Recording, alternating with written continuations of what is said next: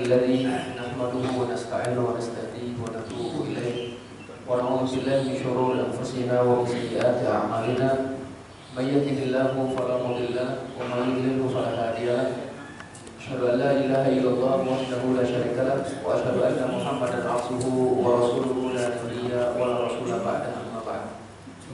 Alhamdulillah Allah Subhanahu wa taala memberi kesempatan kepada kita untuk kembali hadir di rumah Allah untuk sama-sama tawassul bil haq dan tawassul bis sabr. Sungguh merupakan keistimewaan apabila kita masih mampu menjalankan kewajiban yang telah Allah tetapkan, kemudian bertemu dengan teman-teman kita yang soleh. Di samping itu juga ada Allah, kita terus berusaha untuk menambah wawasan keagamaan dalam rangka untuk memperbaiki ibadah kita kepada Allah Subhanahu wa taala. Allah, mungkin berita yang barusan disampaikan itulah yang semakin hari semakin nyata bahwasannya menjelang hari kiamat itu akan semakin banyak gempa. Kita tidak pernah mendapatkan berita tentang gempa sebanyak akhir-akhir ini gitu ya. Sebelumnya di Palu, sebelumnya di mana lagi dari Allah, saat ini pun adalah di Ambon. Dan kata Rasulullah, tidak akan terjadi hari kiamat sampai terjadi salah satunya banyak gempa. Mudah-mudahan Allah Subhanahu wa taala senantiasa menjaga kita semuanya, teman-teman kita, orang beriman dari seluruh mara bahaya dan juga apapun yang tidak kita inginkan. Kita akan membahas perjalanan Nabi Muhammad SAW ke Taif untuk berdakwah. Barangkali di antara bapak-bapak ada yang pernah ke Taif, ya, dari Mekah ke Taif itu kira-kira berapa kilometer gitu ya, dan pada waktu itu belum ada Toyota, adanya unta, atau bisa jadi beliau dengan berjalan kaki, Bapak sekalian. Sehingga diceritakan pada waktu itu setelah meninggalnya Khadijah dan juga Abu Thalib, maka gangguan dan siksaan yang dilancarkan oleh orang-orang kafir kepada Nabi Muhammad SAW dan juga sahabatnya semakin gencar. Mereka semakin berani karena sudah tidak ada lagi yang melindungi Nabi Muhammad SAW. Ketika Abu Thalib masih hidup, Abu Thalib menjaganya. Jadi bahasa kitanya, siapa yang mau menyakiti Nabi Muhammad SAW, hadapi aku dulu gitu. Langkahi mayatku katanya ya. Dan mereka enggak segan melihat sikapnya Abu Thalib seperti itu. Dan juga sudah kita sampaikan kenapa orang-orang musyrik segan dengan Abu Thalib, karena Abu Thalib satu agama dengan mereka. Jadi salah satu hikmah kenapa Abu Thalib tidak masuk Islam adalah untuk menjaga Nabi Muhammad SAW. Kalau Abu Thalib masuk Islam, Abu Thalib sendiri kena siksaan. Sudah tidak lagi didengar perkataannya, kemudian juga tidak dimintai pendapatnya dan selanjutnya. Nah, ketika Rasulullah SAW berjalan kaki ke Taif, jadi pergi dan pulang dengan berjalan kaki bersama Zaid ibn Harithah. Kita tahu bahwa Zaid ibn Harithah ini pelayan Rasulullah SAW yang sekaligus menjadi anak angkat Rasulullah SAW. Dalam perjalanan itu setiap kali bertemu dengan orang, maka beliau selalu mengajaknya untuk masuk Islam. Inilah dakwah, Bapak sekalian. Maka kita sangat berhutang kepada teman-teman kita yang benar-benar berdakwahnya itu di pedalaman. Ustadz Fadlan contohnya, dan teman-teman kita yang lainnya, mereka benar-benar berjalan dari satu tempat ke tempat yang lain untuk mengajak manusia agar masuk Islam. Kalau saya contohnya, saya ini hanya dari masjid ke masjid, itu pun sudah ditentukan waktunya. Kalau mereka kapanpun mereka berjalan, ya, mereka berdakwah, masya Allah.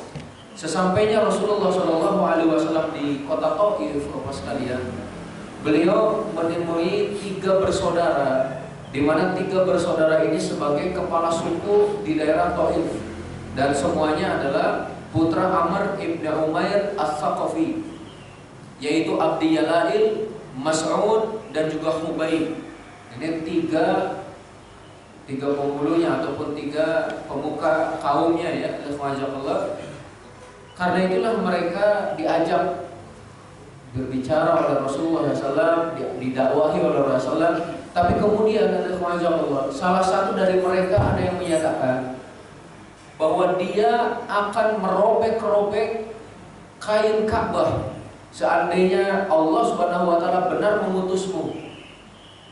Masya Allah, ini adalah sikap orang yang pertama. Orang yang kedua bilang, apakah Allah Subhanahu wa taala tidak mendapatkan orang lain selain dirimu? Ini perkataan orang yang kedua. Yang ketiga menyatakan, demi Allah, saya tidak akan berbicara denganmu. Karena kata beliau ya, sebab jika engkau seorang rasul, tentu kamu adalah orang yang sangat berbahaya apabila saya membantah ucapanmu.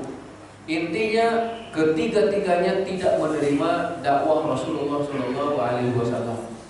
Maka Rasulullah pun setelah melihat sikap dari tiga orang pemuka kaumnya itu, beliau menyatakan kalau memang seperti itu sikap kalian, maka tolonglah rahasiakan perihal saya ini. Rasulullah SAW pun tetap berada di daerah Taif itu dan penduduknya itu sekitar 10 harian. Nah, dan selama itu beliau terus berusaha untuk bertemu dengan pemuka-pemuka yang lainnya, mengajak mereka untuk masuk Islam, Bapak sekalian. Akan tetapi penduduk Taif mereka malah menyatakan kepada Nabi Muhammad SAW, keluarlah kamu dari negeri kami ini. Mereka pun memprovokasi orang-orang yang ada sampai kemudian melempari Nabi Muhammad SAW dengan batu. Anak-anak kecil pun ikut. Coba bayangkan kalau kita nih dilempari oleh anak-anak kecil, itu gimana ya? Bentuk penghinaan, bahkan diludahi apapun itu ada Allah. Dilempari oleh batu sampai kemudian kaki-kakinya pun berdarah. Kalau kakinya berdarah, bagaimana dengan kepalanya itu ada Allah. Makanya beliau kemudian berjalan ya untuk meninggalkan kota Taif tersebut, sampai ada yang menyatakan Rasulullah itu mengusap darahnya itu ya, ada yang ada di keningnya. Kemudian juga beliau terus melanjutkan perjalanan dengan Zaid ibn Harithah. Ketika beliau berjalan ya, sampai kemudian hampir masuk ke kota Mekah itu, maka Zaid ini pun bertanya, bagaimana engkau akan memasuki kota Mekah padahal penduduk Mekah sudah mengusirmu itu. Akhirnya Rasulullah SAW pun pada waktu itu beliau beristirahat di kebun milik Utbah ya, Utbah dan juga Syaibah. Yang mana Utbah dan Syaibah ini adalah putra daripada Rabi'ah. Al-Ikhwah, betapa rindangnya pohon tersebut. Rasulullah pun istirahat di sana, Rasulullah Al-Ikhwah sambil kemudian berdoa. Dan doanya ini biasanya banyak dibaca ketika kunut nazilah, Bapak sekalian. Allahumma ilaika ashku du'afa quwwati wa qillata hilati wa hawani 'alan nas. Dan terus panjang sekali doanya. Ya Allah, kepadamulah aku mengadukan betapa lemah kekuatanku, sedikit reka dayaku, kemudian kehinaanku di hadapan manusia. Ketika putra Rabi'ah melihat Rasulullah SAW dalam kondisi seperti itu, beliau bersandar, istirahat, kelihatan capek dia, kemudian juga berdarah. Maka beliau mengutus seorang budaknya yang bernama Adas, katanya ya. Adas ini nama orang ya, bukan nama kue, Bapak sekalian. Adas kemudian disuruh untuk membawa setangkai anggur. Dibawalah dan diberikan kepada Rasulullah SAW. Mungkin setangkainya itu kan banyak ya kalau anggur itu diberikan. Rasulullah pun kemudian mengambil anggur tersebut dan mengucapkan Bismillah. Beliau akan memakannya. Adas, seorang budak sahaya itu, mendengar apa yang diucapkan oleh Rasulullah SAW, bertanya, sesungguhnya ucapan seperti ini tidak pernah didengar atau tidak biasa diucapkan oleh penduduk negeri-negeri sekitar sini. Rasulullah SAW pun kemudian bertanya kepada Adas ini, kamu dari mana asalnya? Agamamu apa? Gitu ya. Masya Allah. Adas kemudian menyatakan saya dari Nainawa, kata beliau ya, dari Nainawa, dan saya seorang Nasrani.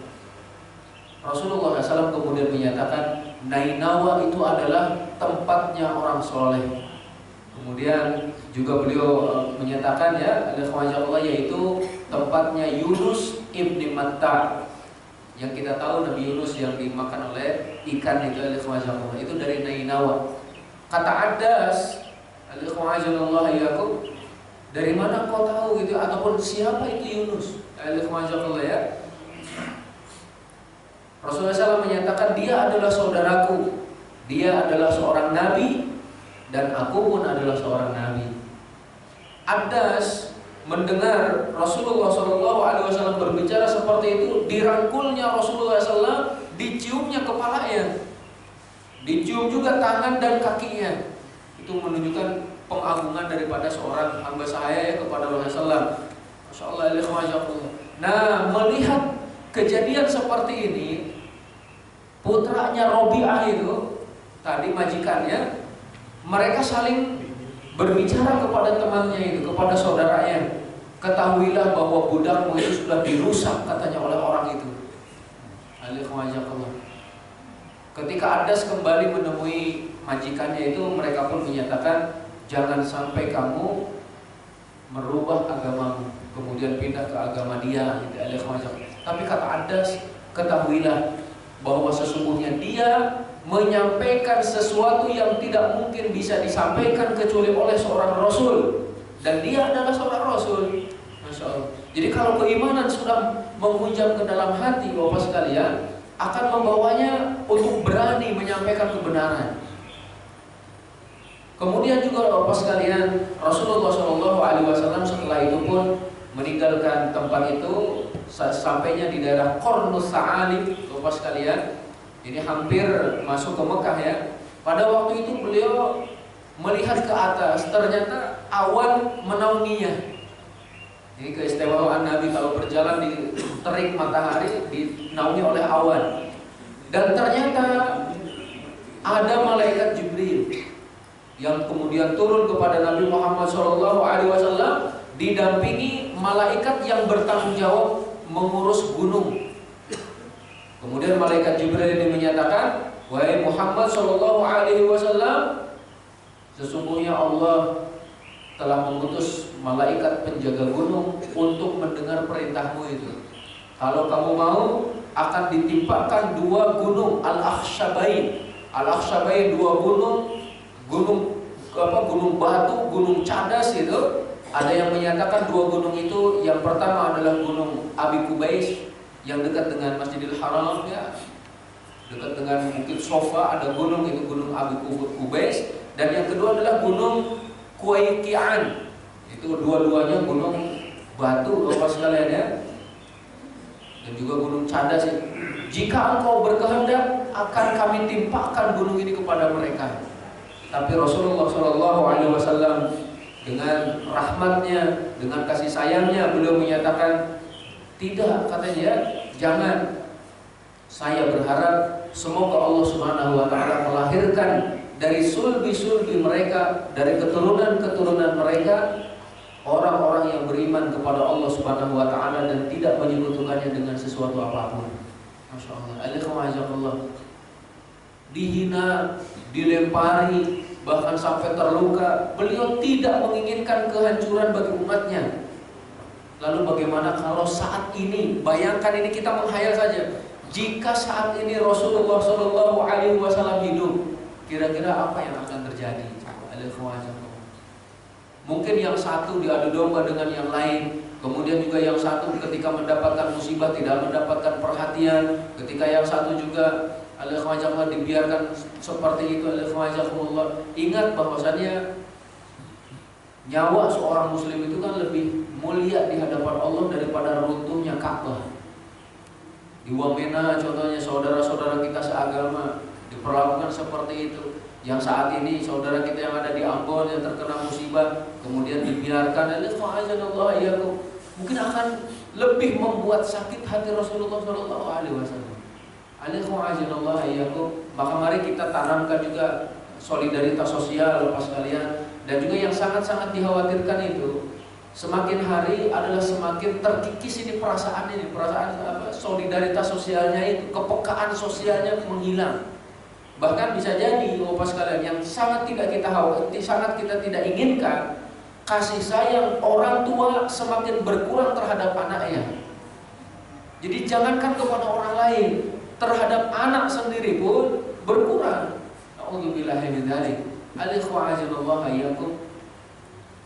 Rasulullah SAW sekali lagi beliau tidak menginginkan tadi ya untuk dihancurkan penduduk Taif tersebut, dan terbukti Bapak sekalian ketika Rasulullah SAW terus berdakwah dengan sabar itu, lahirlah para sahabat yang begitu hebat dari tulang sulbi orang-orang yang memusuhi dakwahnya.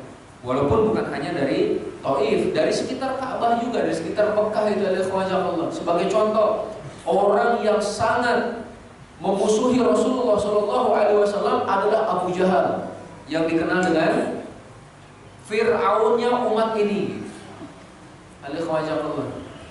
Abu Jahal punya anak, salah satu anaknya adalah Ikrimah.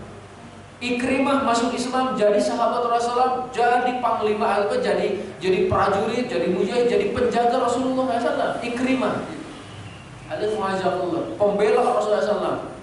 Kemudian ada juga Al-Walid ibn al-Mughirah. Al-Walid ibn al-Mughirah ini seorang kepala suku yang sangat disegani, punya anak sekitar 9, semuanya laki-laki. Bapak sekalian, gagah-gagah itu anak-anaknya itu. Salah satu dari anaknya adalah Khalid ibn al-Walid. Masya Allah. Beliau menjadi tentara Islam, beliau selalu ikut peperangan, bahkan dinyatakan beliau mengikuti peperangan itu lebih dari 100 peperangan. Kalau beliau jadi komandan, menang terus. Masya Allah ya, sehingga mendapatkan gelar singa padang pasir, ataupun mendapatkan gelar Saifullah al-Maslul ya. Jadi pedang Allah yang terhunus kepada orang-orang kafir. Kemudian dari Abu Lahab contohnya, Abu Lahab punya anak, beberapa orang laki-laki itu salah satunya ada yang masuk Islam atau 2 orang masuk Islam. Masya Allah. Kemudian juga ada, kalau ketika hijrah ke Madinah, ada seorang gembong munafik, Abdullah bin Ubay bin Salul. Tapi dari keturunannya ada Abdullah ibn Ubay bin Salul. Anaknya menjadi pelindung Rasulullah SAW. Makanya memberikan pelajaran kepada kita, dakwah ini adalah bukan memerlukan waktu yang panjang, bukan hanya waktu yang sekejap gitu Bapak sekalian. Jangan kita mengharapkan hasil dalam waktu yang cepat. Bisa jadi orang terpengaruh dengan apa yang kita sampaikan, ternyata setelah 10-20 tahun yang akan datang. Ada seorang syekh di Mesir, beliau ketika selesai mengadakan ceramah itu didatangi oleh seorang laki-laki, dan kemudian beliau menyatakan, "Wahai syekh, sesungguhnya saya bertaubat kepada Allah Subhanahu wa taala, salah satunya setelah mendengar ceramahmu yang engkau sampaikan 17 tahun yang lalu melalui kaset," katanya gitu. Jadi ceramahnya 17 tahun yang lalu didengar oleh orang tersebut baru-baru ini, yang kemudian beliau bertaubat kepada Allah Subhanahu wa taala. Itulah ya kewajiban kita untuk terus berdakwah, kemudian juga bersabar di atasnya. Kemudian kita lanjutkan, setelah Rasulullah SAW di Qarnus Sa'alib tadi ditawarkan oleh malaikat Jibril dan juga malaikat penjaga gunung apa sekalian, tapi beliau seperti itu sikapnya, maka Rasulullah SAW pun kemudian pada malam itu mengerjakan qiyamul lail. Ya ikhwan, ketika qiyamul lail itulah Allah mengutus sekelompok dari kalangan jin untuk mendengarkan bacaan Al-Qur'an Karim yang dibaca oleh Rasulullah SAW. Walaupun Rasulullah tidak mengetahui keberadaan mereka, tapi Allah menurunkan wahyu tentangnya. Dalam surat Al-Ahqaf itu ya, Allah menyatakan, "Wa id sarafna ilaika nafaran minal jinn yastami'una al-Qur'an falamma hadaruhu qalu ansitu falamma qudiya wallaw ila qaumihim munzirin." Wa in sarafna, apabila dan ingatlah ketika kami hadapkan serombongan jin kepadamu untuk mendengarkan Al-Qur'anul Karim. Tatkala mereka menghadiri pembacaan Al-Qur'an, mereka berkata, diamlah kamu untuk mendengarkannya. Ketika pembacaan telah selesai, mereka kembali kepada kaumnya untuk memberi peringatan. Pelajarannya, Bapak sekalian, jin saja saat mendengar Al-Qur'an dibacakan, mereka menyatakan diam-diam gitu.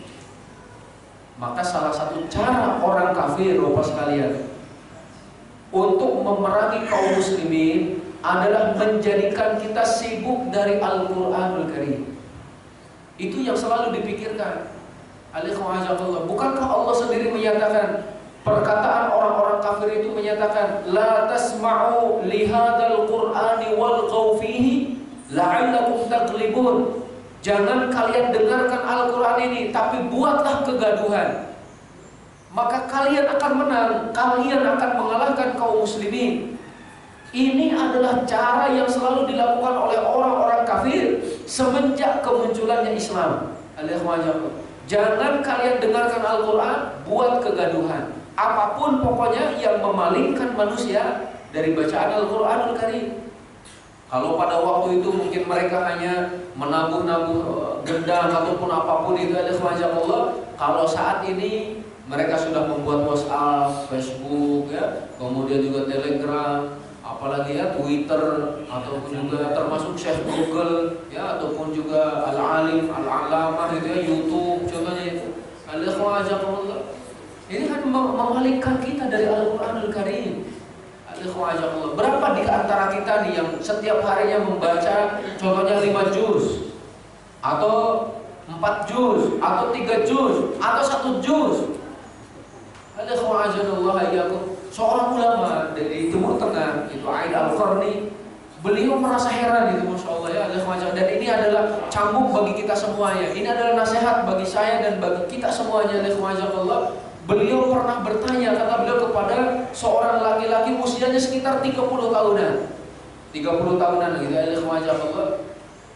Akhi, katanya, antum dalam satu hari membaca Al-Quran berapa juz? Kata beliau, ya Syekh, saya hanya membaca sekitar 2-3 lembar. Beliau merasa kaget itu. Al-Quran sebagai kalam Allah, Al-Quran sebagai pedomanmu, engkau baca hanya segitu.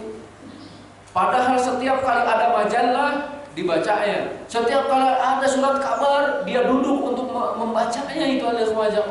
Termasuk tadi ketika ada pesan WhatsApp dibacanya satu persatu. Ini adalah salah satu cara memerangi Islam, menjauhkan kaum muslimin dari Al-Qur'an itu sendiri.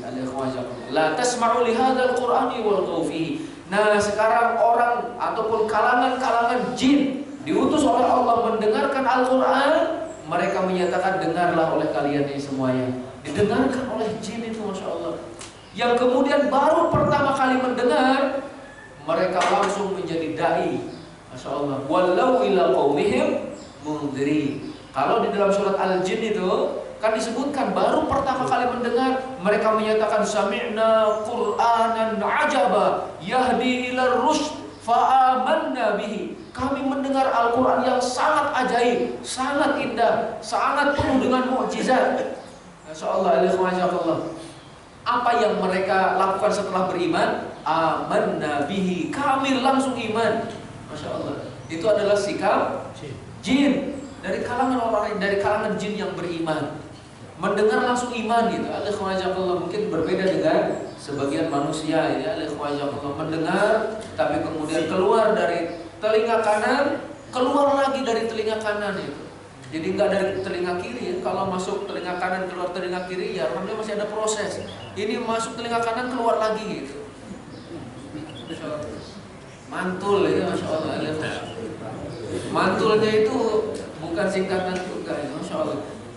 Kemudian Allah melanjutkan, qalu ya qaumana inna sami'na kitaban unzila min ba'di Musa musaddiqan lima baina yadayhi yahdi ilal haqq wa ila tariqin mustaqim. Mereka menyatakan, wahai kaumku, kami mendengar sebuah kitab yang diturunkan setelah Nabi Musa alaihissalam, membenarkan apa yang ada di hadapannya, memberikan petunjuk kepada kebenaran dan jalan yang lurus. Ya qaumana ajibu da'i Allah, wahai kaum kami, penuhi panggilan Allah. Ini dakwah dari jin kepada jin. Dan ini pun Bapak sekalian berlaku bagi kita. Wahai teman-teman sekalian, wahai kaum-kaum sekalian, wahai manusia secara umum, penuhi panggilan Allah Subhanahu wa taala, wa aminu bihi, dan berimanlah kepadanya, imani kepada Al-Qur'anul Karim, sehingga kalian akan mendapatkan yaghfir lakum min dzunubikum, Allah akan mengampuni dosa-dosa kalian, wa yujirkum min azabin alim, menyelamatkan kalian dari azab yang begitu pedih. وَمَنْ لَا يُجِبْ دَاعِيَ اللَّهِ فَلَيْسَ بِمُعْجِزٍ فِي الْأَرْضِ وَلَيْسَ لَهُ مِنْ دُونِهِ أَوْلِيَاءُ أُولَئِكَ فِي ضَلَالٍ مُبِينٍ.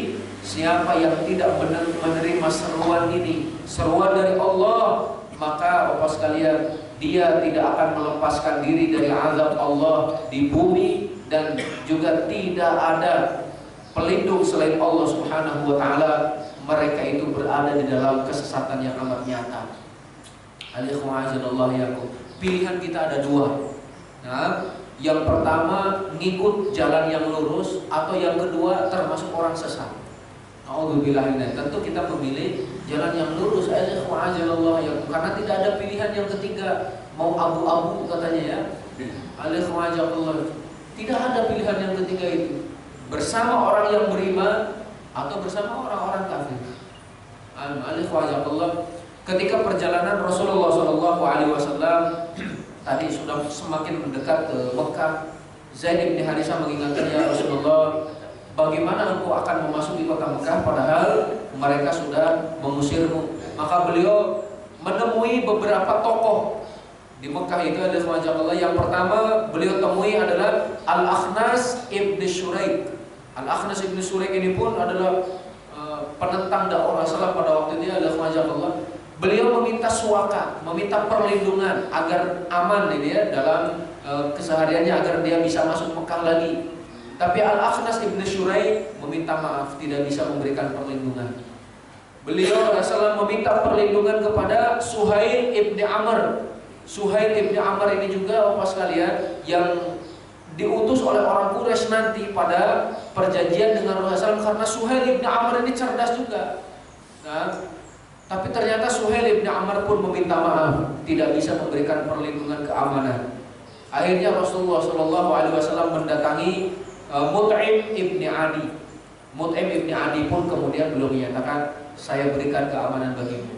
Masya Allah, dan kalau sudah ada satu orang yang memberikan keamanan, seluruh penduduk Mekah tidak ada yang berani menyakitinya. Masya Allah, ini salah satu yang memang terus digunakan barangkali, ataupun terus digulirkan di berbagai negara pun seperti itu. Jika ada yang meminta keamanan kepada negaranya dan dilindungi, maka negara yang lain tidak bisa ikut campur seperti itu. Ini terjadi pada zaman Rasulullah SAW pun. Sampai kemudian diceritakan ya, ketika peperangan Badar selesai dan kemudian banyak orang-orang kafir yang menjadi tawanan bagi kaum muslimin, maka Rasulullah SAW selalu mengingat kebaikan Mut'im ibn Adi walaupun dia orang kafir. Pada waktu dia sampai kemudian Rasulullah menyatakan, seandainya Mut'im ibn Adi masih hidup, kemudian akan mengajakku berbicara tentang tawanan-tawanan Badar, mungkin minta untuk dibebaskan ataupun apa, akan saya berikan keputusan kepada beliau. Rasulullah SAW tidak melupakan kebaikan orang yang pernah berbuat baik kepadanya. Insyaallah. Ini adalah kisah ringkas ya, berkenaan dengan dakwah Rasulullah SAW ke Taif. Nanti kalau kita ziarah lagi ke Mekah, sekarang untuk umroh ataupun untuk haji, sambil memperhatikan daerah-daerah sekitar, diingat-ingat pelajaran sirahnya itu ya, diingat-ingat ketika ada Hajar Aswad, kemudian ketika Bukit Sofa dan Bukit Marwah, sambil diingat-ingat gitu. Sampai kemudian kalau masuk ke Taif, oh di sini nih dulu Rasulullah berdakwah. Bayangkan bagaimana kondisi alamnya ya, dan selanjutnya. Nah, pelajaran yang bisa kita ambil dari kisah barusan, yang pertama Allah, beliau yaitu Rasulullah SAW memulai dakwah di kota Taif melalui pembesar-pembesarnya. Dan ini pun juga yang semestinya kita lakukan Allah melalui pembesar terlebih dahulu. Seperti di daerah Ghana, sana dikit ya, Ghana Afrika itu Allah, dai-dai di sana mendatangi sampai kemudian rajanya. Dan ketika rajanya masuk Islam, semua pengikutnya masuk Islam. Saya beberapa tahun kebelakang itu kan beliau diundang ke Indonesia, rajanya itu masih menggunakan mahkotanya itu ada kayak macannya itu ya, kayak patung macannya, kemudian bajunya pun kelihatan baju pedalaman lah gitu ya, walaupun lebih tertutup daripada pedalaman yang ada di Indonesia barangkali ya, bagus gitu, baju-baju udah menutup aurat itu ya. Ketika ditanya, beliau adalah rajanya, Masya Allah. Dan ketika beliau masuk Islam, semua rakyatnya itu ikut. Jadi intinya beliau Rasulullah SAW memulai dakwah dari kepala sukunya terlebih dahulu. Begitu juga di Indonesia, ketika kepala suku masuk Islam diikuti oleh bawahan-bawahannya. Selanjutnya Bapak sekalian, kita perhatikan bahwa Rasulullah SAW saat merasa bahwa para tokoh tersebut tidak menerima dakwah Rasulullah SAW, maka beliau pun meminta untuk merahasiakan perkara Nabi Muhammad SAW. Ini memberikan pelajaran kepada kita ya, kata penulis buku disebutkan ketika seseorang tidak mengatakan apa saja yang ia ketahui, tetapi hendaknya ada perkara tertentu yang harus ia rahasiakan dan tidak menyebarkannya kepada orang lain karena berbahaya. Maksudnya gini juga Bapak sekalian, kalau kita mengajari manusia, maka ajarilah mereka sesuai dengan kadar akalnya. Itu termasuk seperti itu. Kita ngajarin anak-anak ya dengan bahasa anak-anak, sesuai dengan pemahaman yang bisa difahami oleh mereka. Itu Bapak sekalian. Ketika ini contoh saja, saya diundang untuk ngisi pengajian Bapak sekalian. Katanya nanti ada buka bersama pada bulan Ramadan. Yang hadir sekian orangnya, insya Allah. Oke, insya Allah saya persiapan Bapak sekalian untuk memberikan ceramah tersebut. Ketika datang, ternyata yang hadir anak-anak TK.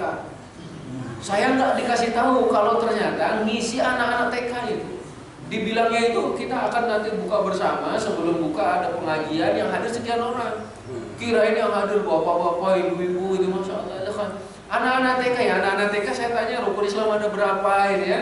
Ada 5, ya, apa saja, gitu aja. Ada Allah. Nah kemudian nih, karena ada yang tidak hadir, yang hadir itu menyampaikan ataupun yang hadir itu ditanya oleh orang yang tidak hadir, apa isi ceramahnya? Oh isi ceramahnya biasa-biasa aja ini ya, ada Allah. Nah ketika yang tidak hadir itu bertanya pada saya, Ustaz kok antum ceramahnya biasa aja, katanya nggak ada muatan-muatan yang baru ataupun apa? Antum tahu siapa yang hadir? Nggak tahu. TK itu. Oh, Masya Allah, barulah dia tahu kita ada Allah. Pantas kalau isinya mungkin sesuatu yang sudah tidak aneh, ada Allah. Jadi sesuaikan apa yang kita sampaikan dengan mustami'nya, ada Allah. Nah, di antara kehebatan para ulama itu, ketika yang hadir di satu majelis beragam, ada anak-anak, ada remaja, ada orang tua, ya Masya Allah, ada laki-laki, ada perempuan, itu mereka bisa menyampaikannya. Coba kalau saat ini saja nih, yang hadir rata-rata adalah orang tua, Masya Allah. Coba yang di bawah 40 tahun mungkin masih bisa kita hitung ya, yang pertama saya, yang kedua, nah itu mungkin yang di bawah 40 itu ada semacam, mungkin hanya 2 orang, 3 orang mungkin yang di bawah 40 ada semacam, atau 4 orang, baik 17 tahun. Masya Allah, ada Allah. Sisanya adalah orang tua, sehingga untuk penyampaian pun orang itu sudah matang dalam sisi akalnya, itu ada Allah. Jadi ini perbedaan anak-anak, pemuda dan orang tua itu gini. Anak-anak dikasih kekuatan tapi belum dikasih akal. Kuat fisiknya tapi akalnya belum sempurna. Orang tua sempurna akalnya, fisiknya berkurang. Ya Masya Allah, fisiknya itu mulai lemah gitu sekalian. Tapi pemuda akalnya kuat, fisiknya juga kuat. Maka alangkah baiknya dalam pengajian itu yang diperbanyak pemuda. Masya Allah. Ada tidur ya, Masya Allah. Ada wa'ajanallah ayyakum. Insya Allah ini adalah target kita untuk masa depan ya. DKM yang ada insya Allah ada wa'ajanallah mulai menyasar para pemuda. Karena mereka yang akan melanjutkan perjuangan kita. Ada wa'ajanallah. Rasulullah SAW bersabda ini kembali lagi, Ista'inu ala injahil hawaij bil kitman fa inna kulla dhi ni'matin mahsud. Mintalah pertolongan, ya, berupayalah untuk mencapai keinginan itu dengan merahasiakannya, sebab setiap orang yang mendapat kenikmatan ada yang dengki kepadanya. Jadi Bapak sekalian, tidak setiap apa yang kita ketahui harus disampaikan. Maka ada peribahasa itu, likulli maqamin maqal wa likulli maqalin maqam. Setiap tempat ada perkataan yang pas di dalamnya, dan setiap perkataan ada tempatnya. Nah, kita harus mengetahui hal itu. Itulah yang dinamakan juga dengan hikmah, Bapak sekalian. Hikmah itu wad'u syai' fi mahallihi, meletakkan sesuatu di tempatnya pada waktu yang tepat dengan cara yang tepat. Itu adalah hikmah. Yang ketiga nih hikmahnya dari pelajaran tadi, dari kisah yang tadi disampaikan. Ketika Rasulullah SAW bergegas keluar dari Taif, kemudian beliau dilempari oleh penduduk Taif itu, Zaid ibni Harithah menjadikan tubuh beliau sebagai tameng bagi Rasulullah SAW, sehingga Zaid ibni Harithah pun banyak terkena lemparan batu, Bapak sekalian. Nah, mungkin biar lebih paham, nanti kalau pas ke Taif lihat batu-batunya gitu ya. Jenis-jenisnya itu kayak gimana, itu lihat wajah Allah, bulat kah, lonjong kah, kemudian juga tajam kah, itu lihat wajah. Ini bayangkan saja. Atau kalau nggak ke sana nanti di luar lihatin batu-batunya, itu lihat wajah Allah. Dilempari batu, bukan dilempari senyuman ya. Nah, ketika Zaid radhiyallahu anhu, Zaid bin Harithah ini memasang badan, ini adalah menunjukkan pengorbanan para sahabat radhiyallahu anhu untuk membela Rasulullah Sallallahu Alaihi Wasallam. Saat ini Rasulullah SAW sudah tidak ada, maka kewajiban kita adalah membela sunnahnya, Bapak sekalian. Membela sunnah Rasulullah. Saat bertemu mengucapkan salam, kemudian sholat berjamaah, saat sholat meluruskan dan merapatkan shaf, itu adalah sunnah Rasulullah. Yang mana Rasulullah menyatakan, ala tasufuna kama tasuful malaikah, tidakkah kalian berbaris dalam sholat itu seperti berbarisnya malaikat di hadapan Allah? Kata para sahabat, bagaimana ya Rasulullah para malaikat berbaris? Kata Rasulullah, melengkapi shaf yang pertama dan menyempurnakannya. Jadi harus lurus dan kemudian juga rapat. Kita pelihara sunnah tersebut, dan juga kita bela dari serangan-serangan orientalis. Terkadang orientalis itu hafal Sahih Bukhari, hafal Sahih Muslim, bahkan hafal Al-Quran, tapi hafalan mereka bukan untuk memuliakan Islam, tapi untuk menyerang Islam dari dalam. Nah, mungkin kita mendengar ada seorang wanita katanya hafal Sahih Bukhari, Muslim, Abu Dawud, An-Nasai, Tirmidzi, hafal itu di luar kepalanya. Dan juga hafal Al-Quran Al-Karim, tapi sayang nggak masuk Islam, mati dalam kekafirannya. Alhamdulillah. Selanjutnya juga Bapak sekalian yang dimuliakan Allah Subhanahu Wa Taala, bahwasanya kesuksesan yang sesungguhnya dan kebahagiaan yang hakiki adalah ketika seseorang mengikuti sunnah Rasulullah Shallallahu Alaihi Wasallam. Bapak sekalian, yang terakhir mungkin ini pelajarannya, dan masih banyak nanti pelajaran-pelajaran dari sirah ini, tapi saya cukupkan di yang keempat ini. Setelah Rasulullah Shallallahu Alaihi Wasallam keluar dari Taif, beliau mendapatkan kesulitan yang begitu luar biasa, sekalian yang disebutkan dalam buku-buku sirah ini. Tapi ternyata beliau tidak mengeluhkan hal ini kepada manusia, beliau mengeluhkannya kepada Allah Subhanahu Wa Taala. Ini menunjukkan pentingnya seorang dai mendekatkan diri kepada Allah dan banyak berdoa. Doakan teman-teman kita agar mendapatkan hidayah, agar mereka mengikuti Shiratal Mustaqim. Bapak sekalian sampai di sini dulu. Sisanya untuk tanya jawab Bapak sekalian. Mudah-mudahan ada manfaatnya. Barakallahu fikum. Alhamdulillah, jazakallahu khairan Bapak Ustaz Abdul Khalid yang telah menyampaikan pelajarannya pada pagi hari ini, yaitu terkait makna perjuangan Rasulullah SAW. Memang dalam kehidupan dalam menegakkan agama ini penuh dengan perjuangan. Bahkan Allah SWT mengingatkan pada kita, am hasibtum an tadkhulul jannah walamma ya'tikum mathalul ladzina khalu min qablikum. Mohon maaf Ustaz kalau salah disebutkan. Apakah kamu mengira bahwa kamu akan masuk surga padahal belum datang padamu cobaan sebagaimana orang-orang terdahulu mendapat cobaan? Ini mungkin pelajaran untuk kita, dan kita langsung saja pada pertanyaan Bapak dan Ibu. Satu, ada lagi? Satu, Ibu juga ada, Ibu? Ada.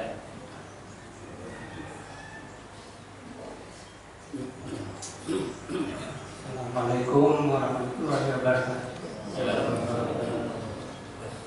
Cukup banyak yang disampaikan tadi oleh Bapak, terutama mengenai Rasul. Rasul itu kan juga manusia Pak ya, sama dengan kita. Kemudian beliau itu kelebihannya, beliau dipilih oleh Allah, dituntut langsung oleh Allah supaya menyampaikan risalah kepada kita semua sebagai manusia. Kemudian kita pun juga sebagai manusia kan punya misi juga Pak. Misi kita adalah berbakti kepada Allah Subhanahu wa Ta'ala. Nah, itu kan juga kita kan juga dituntun oleh Allah sebetulnya Pak. Cuma kita tidak banyak kita menyadari bahwa tuntunan Allah kepada kita itu ada di Al-Quran semua Pak. Nah, cuma kita kan tidak mau berdoa ke situ dalam kehidupan kita sehari-hari.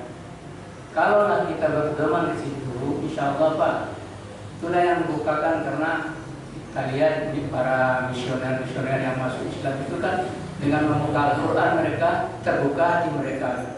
Jadi di situ terbukti bahwa Al-Quran itulah yang akan menuntun kita ke jalan yang lurus. Itu kira-kira bagaimana? Saja Pak bertanya saya dari yang Bapak terangkan tadi, itu yang saya simpulkan. Terima kasih. Assalamualaikum warahmatullahi wabarakatuh. Assalamualaikum. Ada lagi? Cukup? Ya. Satu lagi.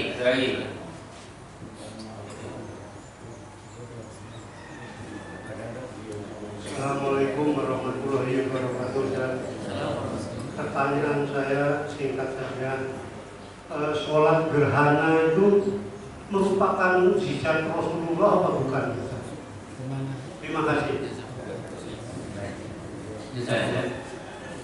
Nah, Bapak sekalian yang Bapak Allah Subhanahu wa Ta'ala, yang pertama kita jadi teringat dengan firman Allah Subhanahu wa Ta'ala, "Lau anzalna hadzal Qur'ana 'ala jabal la ra'aitahu khashi'an mutasaddian min khashyatillah."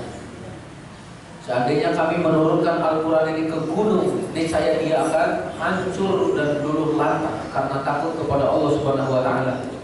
Bayangkan Bapak sekalian, ada sesuatu yang lebih keras daripada gunung, ada yang lebih membatu daripada batu itu sendiri, gitu ya, Allah. Itu adalah hati manusia yang tidak mau menerima kebenaran Al-Quranul Karim.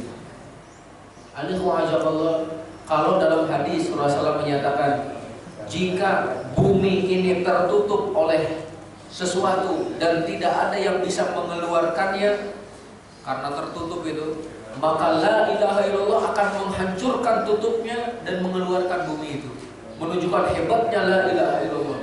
Tapi ternyata ada tempat yang ternyata tempat tersebut lebih hebat ataupun lebih keras daripada hal tadi. Itu adalah hati yang kemudian tidak menerima cahaya ilahi. Jangan sampai kemudian hati tersebut ada di dalam dada kita. Maka kita selalu berdoa kepada Allah Subhanahu wa Ta'ala, Allahumma inni a'udzubika min ilmin la yanfa, wa min qalbin la yakhsha, wa min nafsin la tashba' wa min du'ain la yustajabu laha. Ya Allah, aku berlindung kepadamu dari ilmu yang tidak bermanfaat, dari hati yang tidak takut, dari jiwa yang tidak pernah merasa kenyang, dan dari doa yang tidak didengar atau tidak dikabulkan. Jadikanlah Al-Quran sebagai pedoman kita. Maka para sahabat pun, dan sudah kita bahas terdahulu, karakter para sahabat diantaranya mereka mempelajari iman sebelum mempelajari Al-Quran. Iman dulu baru Quran. Ketika baca Quran tambah keimanan. Bukan Al-Quran itu sekedar untuk dibaca dan diteliti. Sampai banyak mahasiswa yang kemudian menyatakan rating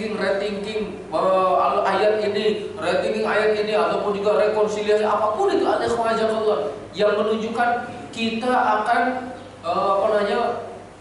mendaur ulang, ataupun kita akan memahami ulang. Dari Al-Quran ini. Apanya Allah? Emang kita lebih cerdas daripada Allah Subhanahu wa taala. Jadi dahulukan iman sebelum Al-Quran, sehingga ketika membaca Al-Quran bertambah keimanan kita. Yang kedua berkenaan dengan sholat gerhana, Bapak sekalian. Sholat gerhana itu bukan mukjizat Rasulullah. Bahkan Rasulullah SAW ketika melihat gerhana beliau ketakutan. Seakan-akan akan terjadi hari kiamat. Beliau mengingatkannya, masyarakat pada waktu itu sholat kata beliau, dan beliau pun sholat dengan begitu panjang. Padahal beliau memerintahkan, jika kalian mengimami sholat maka ringankanlah. Tapi kenapa dalam sholat ini kok panjang? Oh, berarti ada sesuatu yang menakutkan, dan itu adalah tanda-tanda dekatnya hari kiamat juga. Jadi gerhana bukan mukjizat Rasulullah. Mukjizat Rasul itu membelah bulan. Ya, membelah bulan. Pada waktu itu saya nampaknya pernah menyampaikan, kalau enggak nanti insya Allah ada kesempatannya. Jadi orang-orang musyrik itu menyatakan, "Hai Muhammad, kalau memang kamu benar utusan Allah, coba belah tuh bulan itu." Rasulullah kemudian menyatakan, "Wahai orang-orang kafir, coba perhatikan tuh bulan itu. Dia terbelah." Benar terbelah itu. Yang satu di belakang gunung, katanya ya dalam riwayat itu belakang gunung, yang satu di sebelah mana itu. Jadi terpisah dengan jarak yang agak lumayan. Kata orang-orang kafir yang hadir, wah itu sihir, sihrun mustamir, nanti dibaca dalam surat Al-Qamar. Itu adalah sihir yang terus-menerus datang dari Muhammad SAW, katanya ya. Tapi orang yang cerdas, ada aja orang cerdas itu, Masya Allah ya. Walaupun kafir ada aja orang cerdas. Kata mereka, sihir itu hanya akan berpengaruh kepada orang yang hadir. Adapun yang di luar sana, ya, contohnya kalau kita saat ini di Karangtengah, maka yang di Ciledug, kemudian juga yang di Meruya, ya, kemudian yang di mana itu tidak akan terpengaruh dengan sihir ini. Kita akan nunggu kafilah dagang yang pulang dari Syam ataupun dari Yaman. Ditunggu tuh. Ternyata datanglah kafilah dagang itu setelah beberapa hari.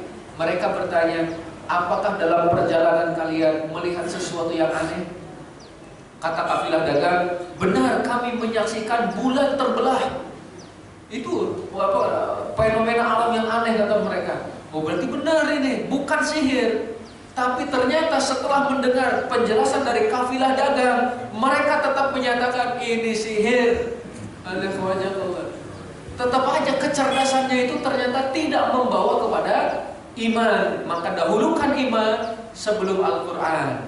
Banyak orang-orang cerdas tapi tidak beriman, malah menjauhkan mereka dari Allah. Sedangkan kita, saat kita memiliki iman, kita lebih mulia di hadapan Allah daripada mereka orang-orang yang cerdas tidak memiliki keimanan. Jazakumullah khair. Subhanakallahumma wa bihamdika, asyhadu an la ilaha illa anta, astaghfiruka wa atubu ilaik. Alhamdulillah, kita ucapkan terima kasih kepada kita. Semoga Allah menambah kebaikan untuk beliau dan untuk kita semua. Dan untuk besok pagi, semua para ustaz Imam Sujogo, mudah-mudahan kita semua diberikan kesehatan dan kesempatan untuk dapat mengikuti acara taklim besok pagi. Dan marilah kali kita pada pagi ini sama-sama astagfirullah alhamdulillah dan doa kafaratul majlis. Alhamdulillah rabbil alamin. Subhanakallahumma wa bihamdika asyhadu an la ilaha illa anta astaghfiruka wa atubu ilaik. Wabillahi taufiq wal hidayah.